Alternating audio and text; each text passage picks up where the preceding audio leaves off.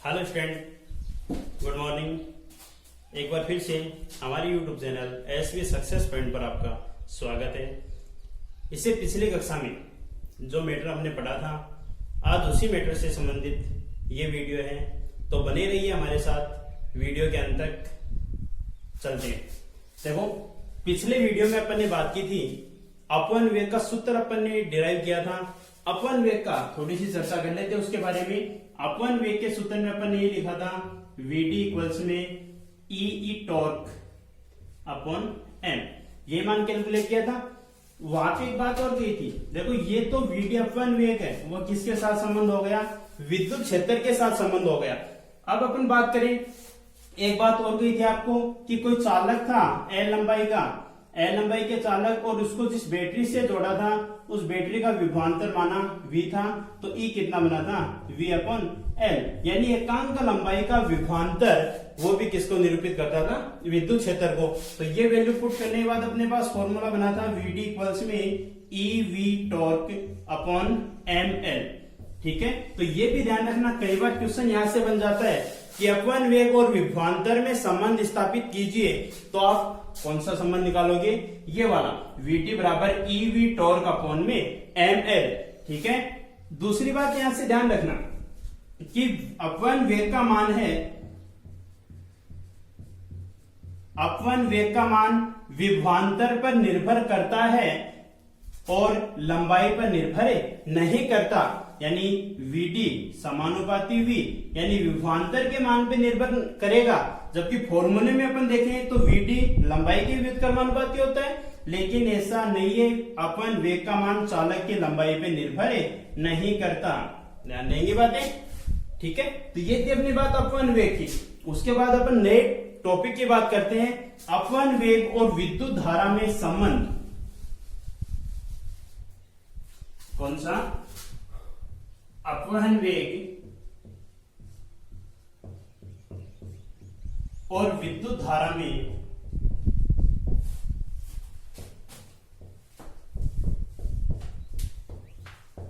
संबंध। ठीक है, अच्छा क्वेश्चन बनता है यहां से, अपवन वेग और विद्युत धारा में संबंध स्थापित कीजिए और इलेक्ट्रॉन की दिशा भी दर्शाइए। क्वेश्चन ऐसा बन के आएगा, relation between electric current and electric density. ठीक है, तो देखो मान लेते हैं वही कोई चालक है जिसकी लंबाई कितनी है? L लंबाई का चालक। ठीक है, अनुप्रस्थ काट क्षेत्रफल मान लेते हैं कितना इसका? A अनुप्रस्थ काट क्षेत्रफल है, और इसके एकांक आयतन में मुक्त इलेक्ट्रॉनों की संख्या मान लेते हैं कितनी? स्मॉल n है। बैटरी से कनेक्ट करते हैं इसे, बैटरी से कनेक्ट करने के पश्चात क्वेश्चन में साथ में बात बन के आती है कि इलेक्ट्रॉन की दिशा भी दर्शाइए। तो इसे पिछले वीडियो में आपको बताई थी, इलेक्ट्रॉन की दिशा कौन सी होगी?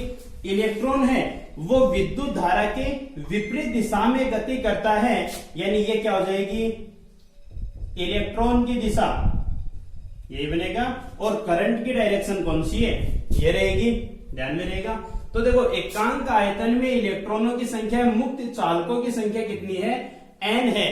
तो अपन टोटल आयतन में, या फिर ऐसा कह दें कि कुल आवेश वाहक या कुल मुक्त इलेक्ट्रॉनों की संख्या कितनी होगी? मान लेते हैं कैपिटल N टोटल के अंदर वैल्यू है चालकों या आवेश वाहकों की, तो कितनी हो जाएगी अपने पास से? देखो, एकांक आयतन में कितनी है? n, और आयतन अपने पास यही होता है, लंबाई गुना चौड़ाई गुना ऊंचाई, यही होता है। लंबाई इंटू चौड़ाई को क्या कह सकते हैं? क्षेत्रफल। और साथ में एक वैल्यू और बची अपने पास, वो जो भी वैल्यू अपने पास मोटाई और लंबाई यदि अपने को दे रखी है, तो अपन उसको कह सकते हैं, तो इसको भी क्या दर्शा सकते हैं? आयतन बन सकता है ना ये भी। तो एकांक आयतन, यानी इसको ऐसा कह सकते हैं AL। ठीक है, तो ये क्या बन गए? एकांक आयतन में आवेश वाहकों की संख्या, मुक्त इलेक्ट्रॉनों की संख्या वो तो थी स्मॉल n, और कुल कितनी हो जाएगी? NaL। देखो यही तो करते हैं अपन, एकांक आयतन निकालते हैं तो n अपॉन में n अपॉन v लिखते हैं। n का मान चाहिए अपने को, तो कुल, क्योंकि इस आयतन में इलेक्ट्रॉनों की संख्या ये है, और एकांक आयतन में कितनी हो जाएगी? n upon v। तो कैपिटल N कितना बनेगा? स्मॉल n v, और v का मान अपन ने लिखा है NaL तो क्या बनी NaL। ठीक है, तो देखो ये तो आ गई किसकी, आवेशों की संख्या, ये इलेक्ट्रॉनों की संख्या, कुल इलेक्ट्रॉनों की संख्या। अब अपन कहते हैं, अपन जानते हैं अपने कि आवेश हैं क्यों, टोटल आवेश की संख्या क्यों वो किसके बराबर होती है Ne, ये होता है क्यों है वो किसके बराबर Ne के बराबर। n का मान यहां से रख सकते हैं तो कितना हो जाएगा Q इक्वल से NaLe। ये हो गई इस चालक में प्रवाहित आवेश, प्रवाहित आवेश हो गया NaLe। अब अपने को मान चाहिए, अपन ऐसा कह सकते हैं कि मान ले कि ये चालक है वो इस चालक में कितने समय में दूरी तय कर रहे हैं। L दूरी को तय करने में इलेक्ट्रॉन या इस आवेश को लगा समय, लिख सकते हैं ऐसा कि L दूरी तय करने में आवेश को लगा समय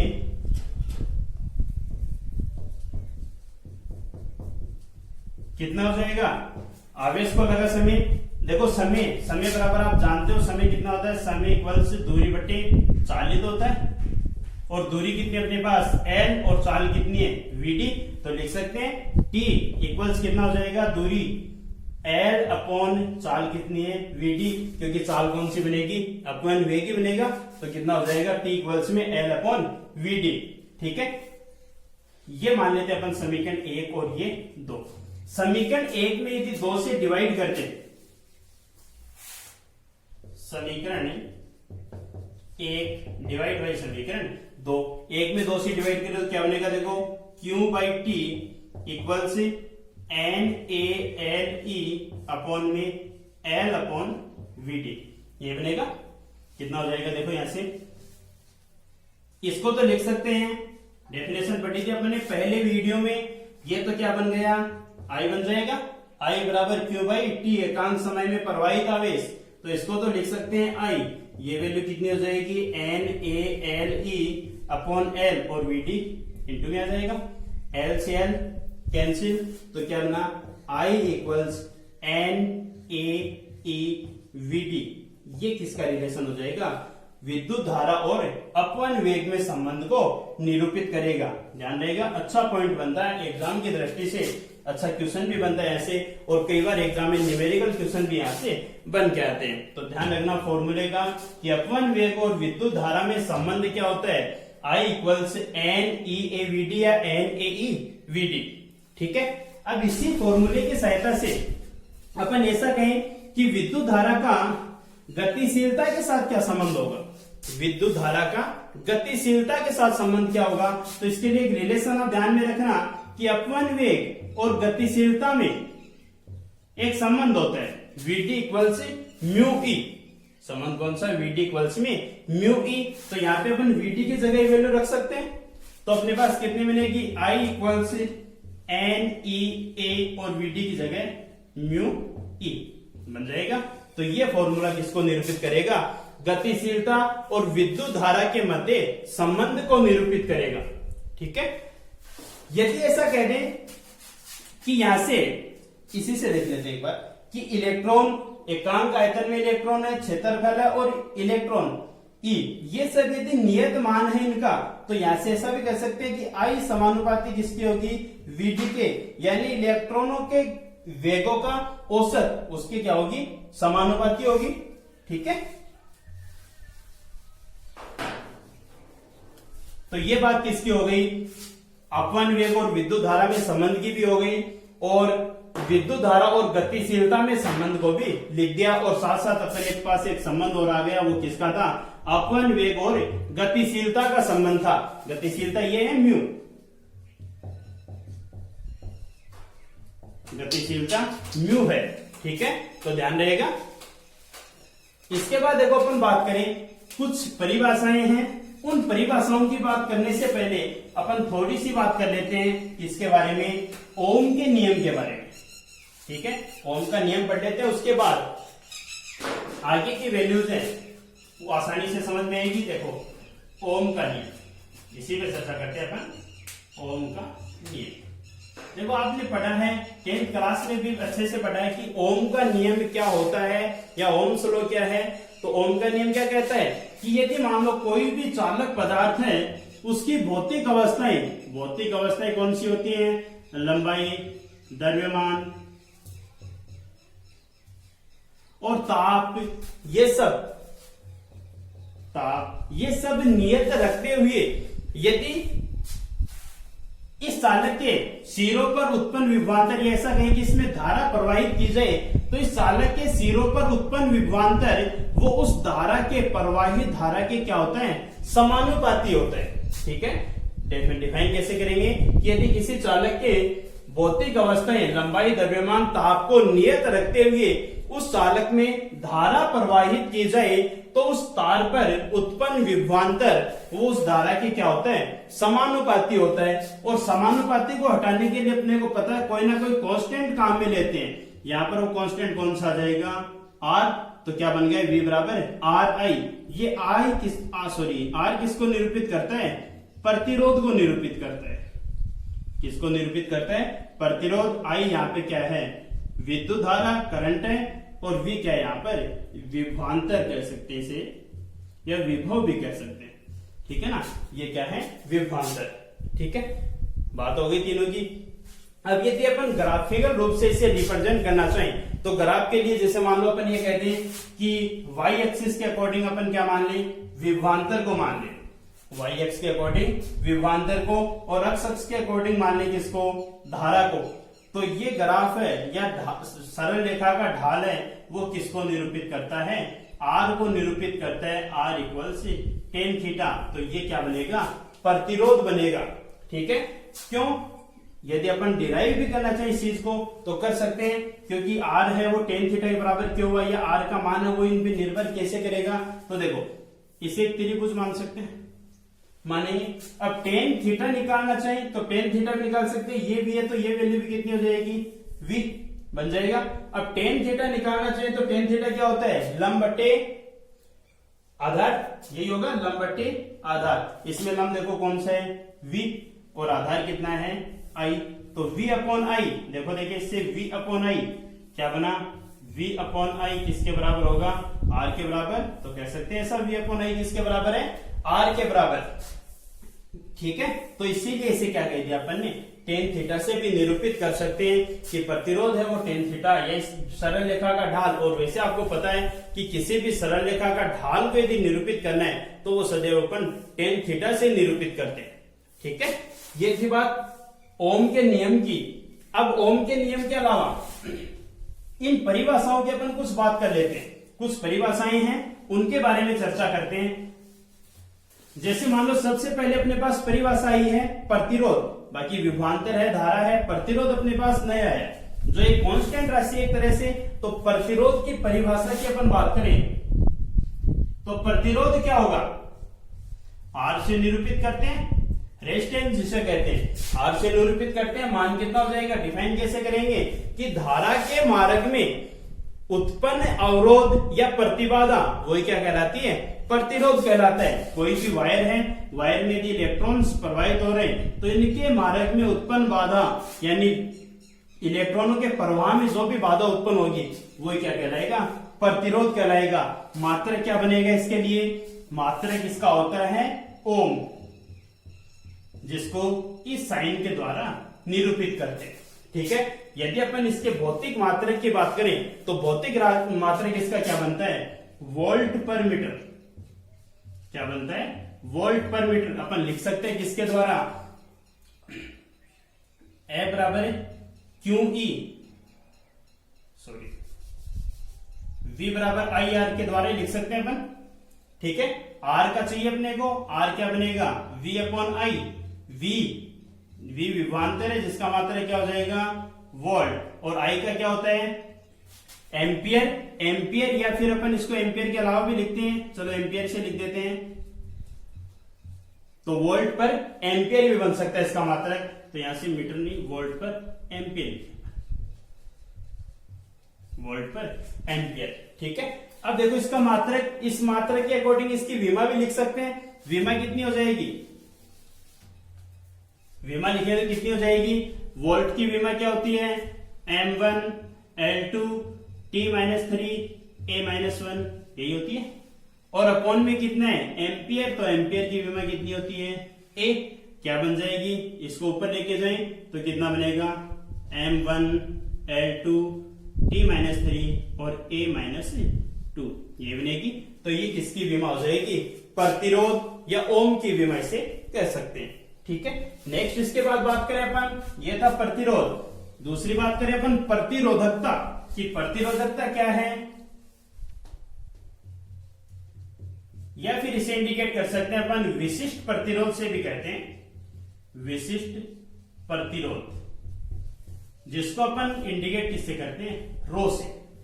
ठीक है, विशिष्ट प्रतिरोध या प्रतिरोधकता क्या होती है, देखो साधारण सी बात है, अभी अपने प्रतिरोध की बात की थी, तो प्रतिरोध का मान है वो किसी चालक पदार्थ माने अपन उसकी लंबाई के तो क्या होता है, समानुपाती होता है, और उसके अनुप्रस्थ काट क्षेत्रफल के क्या होता है, व्युत्क्रमानुपाती होता है। यहां से समानुपाती को हटाएं अपन तो R बराबर समानुपाती स्थिरांक क्या काम में लेंगे, रो।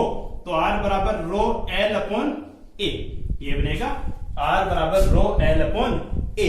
ये रो किसको निरूपित करता है, विशिष्ट प्रतिरोध को निरूपित करता है, ध्यान रखना। तो रो बराबर क्या हो जाएगा, RA अपॉन L। ठीक है, ये बन जाएगी प्रतिरोधकता। डेफिनेशन कैसे बनाएंगे अपन, डेफिनेशन बनाने के लिए मान लें कि चालक की लंबाई कितनी है, इसे मान लें कि चालक की लंबाई एकांक है और अनुप्रस्थ काट क्षेत्रफल है वो कितना है, 1 मीटर स्क्वायर, और लंबाई 1 मीटर हो तो रो है वो किसके बराबर हो जाएगा, R के बराबर। यानी कैसे कहेंगे कि एकांक लंबाई का चालक या एकांक लंबाई व एकांक अनुप्रस्थ काट क्षेत्रफल का कोई चालक है, उसका प्रतिरोध किसको निरूपित करता है, प्रतिरोधकता को निरूपित करता है। ठीक है, ध्यान रहेगा, रो इक्वल्स में किसके हो जाएगा, ये दोनों एक एक है, तो रो बराबर किसके हो जाएगा, R। सबसे अच्छी इंपॉर्टेंट बात यहाँ पे ध्यान रखना, देखो फॉर्मूले के अकॉर्डिंग तो प्रतिरोधकता है वो किस पे निर्भर कर रही है, क्षेत्रफल और लंबाई पे निर्भर करती है। लेकिन ध्यान रखोगे यदि प्रतिरोध की बात करें तो प्रतिरोध, लंबाई, अनुप्रस्थ काट क्षेत्रफल,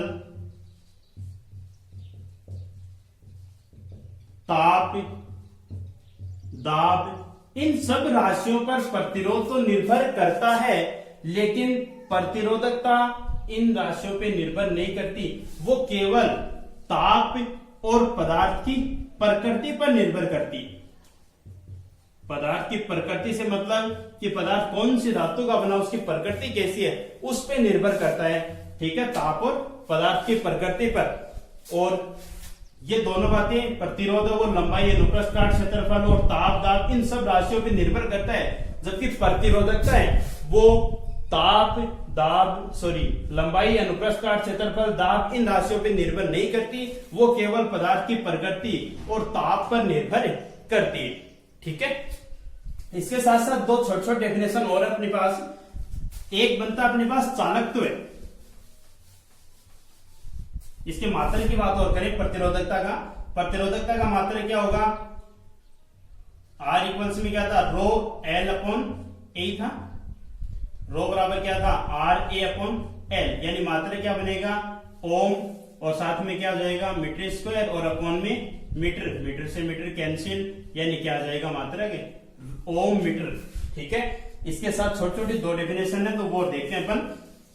एक अपने पास आता है चालकत्व है, क्या आता है, चालकत्व है, जिसको इंडिकेट करते हैं G से। उसकी डेफिनेशन क्या हो जाएगी कि प्रतिरोध का व्युत्क्रम, प्रतिरोध का व्युत्क्रम किसको निरूपित करता है, चालकत्व को, और मात्रक क्या बन जाएगा इसका, 1/ओम होगा, यानी ओम इनवर्स इसका मात्रक बन जाएगा। ठीक है, एक और डेफिनेशन आती है अपने पास से चालकता, जिसको अपन इंडिकेट करते हैं सिग्मा से। चालकता किसके बराबर होगी, वो प्रतिरोधकता का व्युत्क्रम होती है, यानी 1/रो, 1/रो, यानी प्रतिरोधकता का व्युत्क्रम किसको निरूपित करता है, चालकता को निरूपित करता है। तो 1/रो किसके बराबर हो जाएगी, सिग्मा के बराबर, और मात्रा क्या हो जाएगा, 1/ओम मीटर। ठीक है, आज के लिए इतना ही, बाकी बातें करते हैं अपन नेक्स्ट वीडियो में। धन्यवाद।